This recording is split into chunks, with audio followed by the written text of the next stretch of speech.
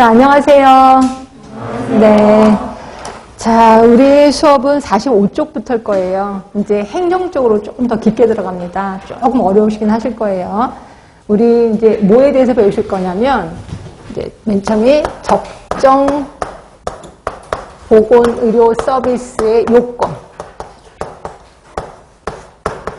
이게 항상 이렇게 볼 때 의료 서비스를 최고로 해주면 좋지 않을까요? 이런 분들도 계세요. 근데 이렇게 최고로 의료 서비스를 해주면 돈 많은 사람들이 그걸 낚고 채겠지. 그럼 돈 없는 사람들은 질적으로 낮은 서비스를 받게 될 거예요. 결국 의료 양극화 현상이 일어나거든요. 그래서 최고의 의료 서비스는 그렇게 좋은 건 아니에요. 그래서 항상 학자들이 부르짖는 거는 적정보건의료 서비스라는 표현을 해요. 그래서 이 적정보건의료 서비스를 제공하려면 이런 것들을 갖춰야 돼라고 메이어라는 사람이 얘기를 했습니다. 4가지를 얘기를 했거든요.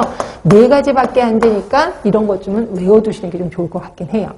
그 다음에 이제 두 번째로 배울 게 뭐냐면 보건의료 서비스의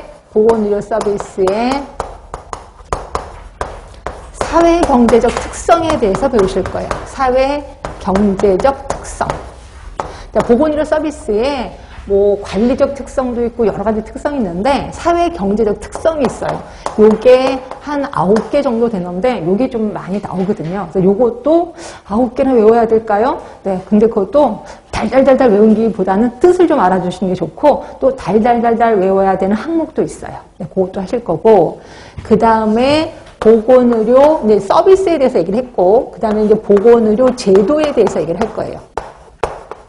보건의료 제도라는 걸 이제 WHO가 얘기를 했거든요. 결국 니네 나라에서 보건의료 서비스를 제공할 거야? 그럼 이런 제도 정도는 갖춰둬야 돼 라고 하면서 4가지를 제시합니다. 이것도 역시 4가지밖에 안 되니까 좀 기억을 해주시는 게 좋은데 이 중에서 진짜 중요한 건 이거예요. 보건의료 제도. 이게 제일 중요합니다. 그래서 저는 이거를 그냥 빈 종이에 아무것도 없을 때 내가 혼자 쓸 수 있게끔 이렇게 각인을 해라 라고 얘기를 하고 있어요. 이것도 이따가 좀 들어갈 겁니다.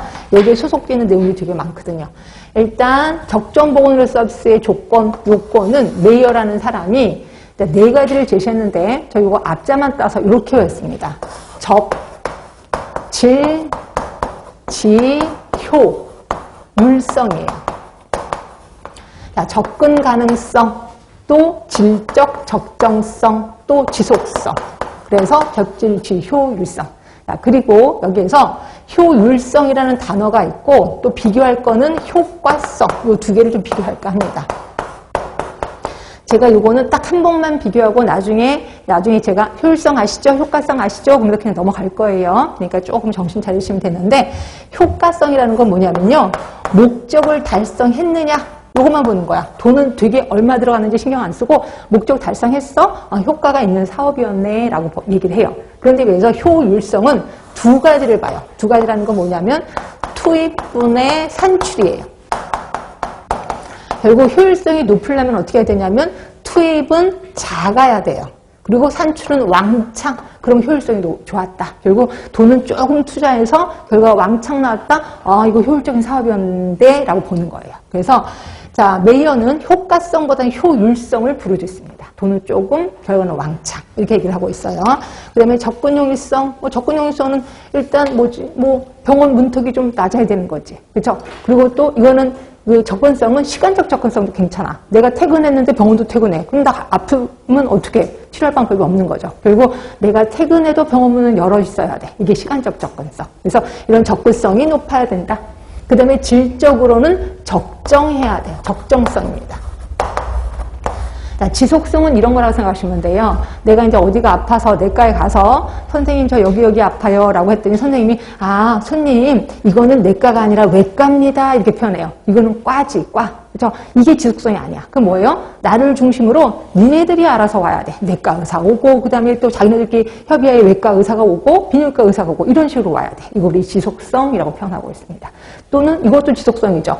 이거 예방, 그 다음에 치료, 재활. 이것도 한꺼번에 그냥 지속성이라고 보시면 돼. 하여튼 이렇게 계속 뜻이 좀 있을 겁니다. 자, 그럼 이거를 쳤고 다시 한번 확인해 볼게요.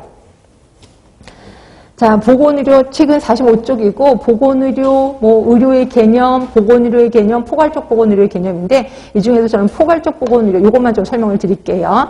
혹시 의료하면은 예방, 그 다음에 치료, 재활 이 세 개 있는 건 아시죠? 이 세 개가 다 들어가 있는 게 포괄적 보건의료야.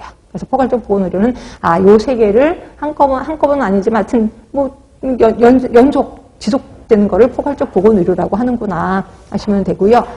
자, 밑에 쭉 내려가시면 반가로 입원이 있을 거예요. 보이시죠? 적정 보건의료 서비스 요건. 그래서 적질, 지효, 일성. 앞점만 따서. 자, 접근용 일성 옆에 써 있을 겁니다. 하여튼 어떤 상황에서든 보건의료 서비스를 쉽게 이용할 수 있어야 돼. 자, 여기에는 재정적인 접근성도 있을 거고, 지리적인 접근성도 있을 거고, 사회문화적 접근성도 있을 거예요. 그럼 사회문화적, 이거 잘 모르겠는데도 이러실까봐 예를 좀 들어드릴게. 그러니까 우리나라 같은 경우에는 정신과 가는 거 별로 좋아요? 싫어해요?